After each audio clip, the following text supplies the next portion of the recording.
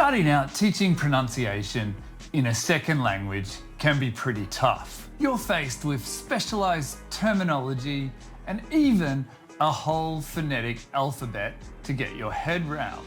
It's a learning curve that takes you from your comfort zone. Also, compared to other skills, pronunciation is like a contact sport. It involves guiding students to use their jaw, lips and tongue in ways they've never done before. But the big question is, where do you even start? What does your class need to work on the most? Check out this video to find out how to pinpoint your students' pronunciation needs.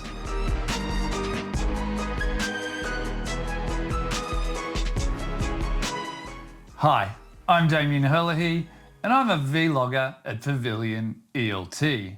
This is season 5 and the focus for this season is Pavilion's ETpedia series. This book series covers a variety of topics over a range of teaching contexts. Each book follows a unique format of lists, including top 10 tips, ideas, questions, activities, and resources. All the videos this year will focus on a different book from this series. And then in the video, I'll zoom in on one top 10 list. Otherwise, these videos might take a bit too long as these books contain 500 tips. For this episode, I read ETpedia Pronunciation. And the list I'm focusing on is how to find out the needs or the pronunciation needs of your students. Perhaps the easiest way to find out your students' pronunciation needs is to record them and then analyse them. I've personally found this a good technique at the start of a course to get a deeper understanding of your students' pronunciation needs. Because often when you're in the classroom, in the eye of the storm of teaching, it's hard to really find out the individual needs of each student in the class. So having a recording and then being able to analyse it outside of class will give you a lot deeper understanding of their needs. And I mean, in this time of age, there's lots and lots of technology options you can use to do this. Also, another advantage is some of these types of tools allow you to, leave your feedback over different points of the student recording. So students can then listen to their pronunciation with your feedback. And finally, it's a great way to compare because language learning is such a journey. So if you have them doing a short speech at the beginning of the course and then at the end of the course, they'll hopefully see improvements in their pronunciation.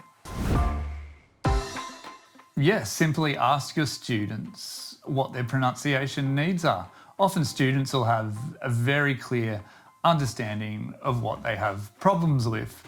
I do remember I had one student who had chosen a nickname in English and they chose this nickname because they knew they had problems with ul and So whenever they had to introduce themselves, it gave them practice in those problem sounds. Also for me, with my own second language learning experience in Thai, I explicitly know what my problems are, which is to do with tones. And then secondly is some certain sounds that I have problems with which don't exist in English. So yeah, ask your students. You'll be surprised what you find out.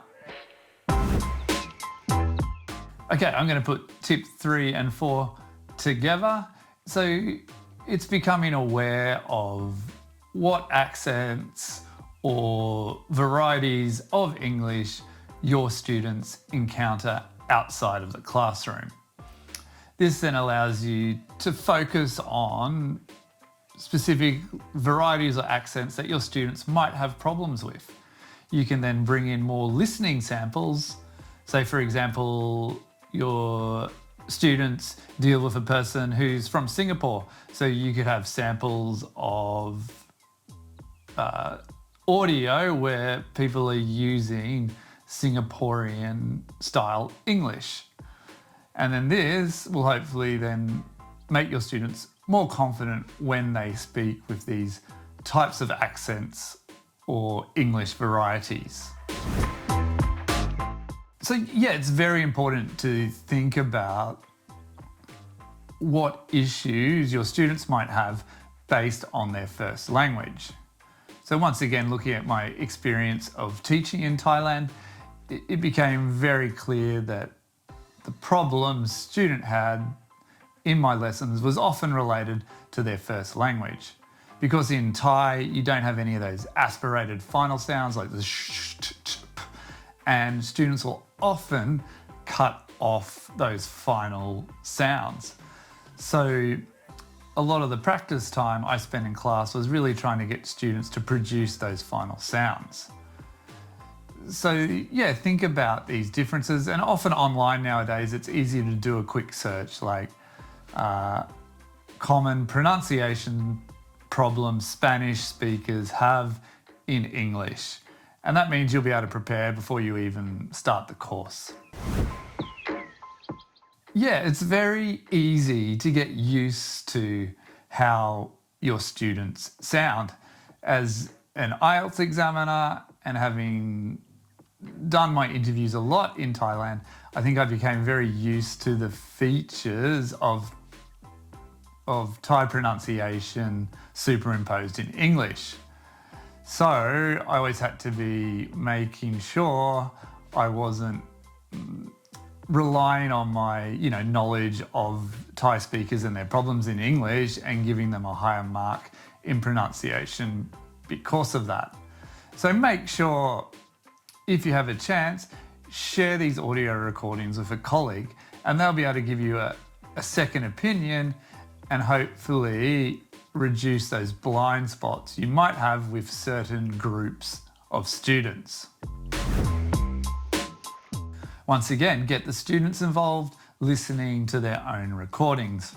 Often when they listen to their own recording and they feel a little bit uncomfortable, embarrassed, that might be the point where they have problems in pronunciation. So this might give you some extra tips or ideas on what issues they're facing.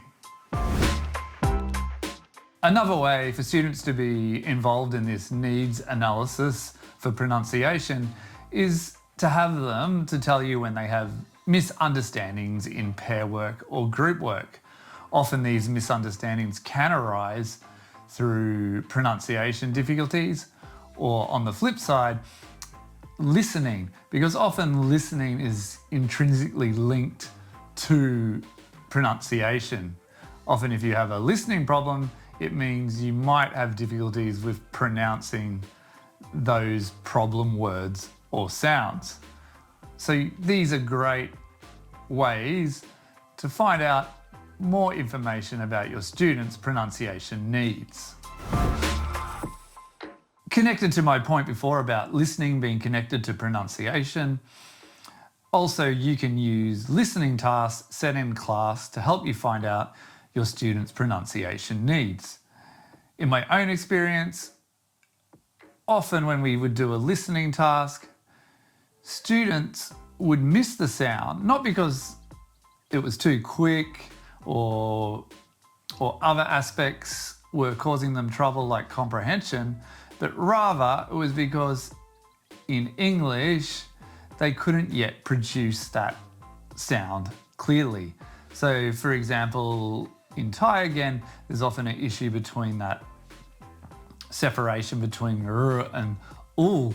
So any words that had those sounds, students would often miss them in the listening task or write an incorrect response. Finally, include pronunciation in every lesson. You'll find with emerging language, which will come up in class when you're doing pronunciation type activities, you'll be able to find even more pronunciation issues that you might not have discovered in the needs analysis. So always be including pronunciation, and through that process, you'll unearth new problems and also get your students comfortable in speaking and pronouncing English. So that's a small sample from the book ETpedia Pronunciation.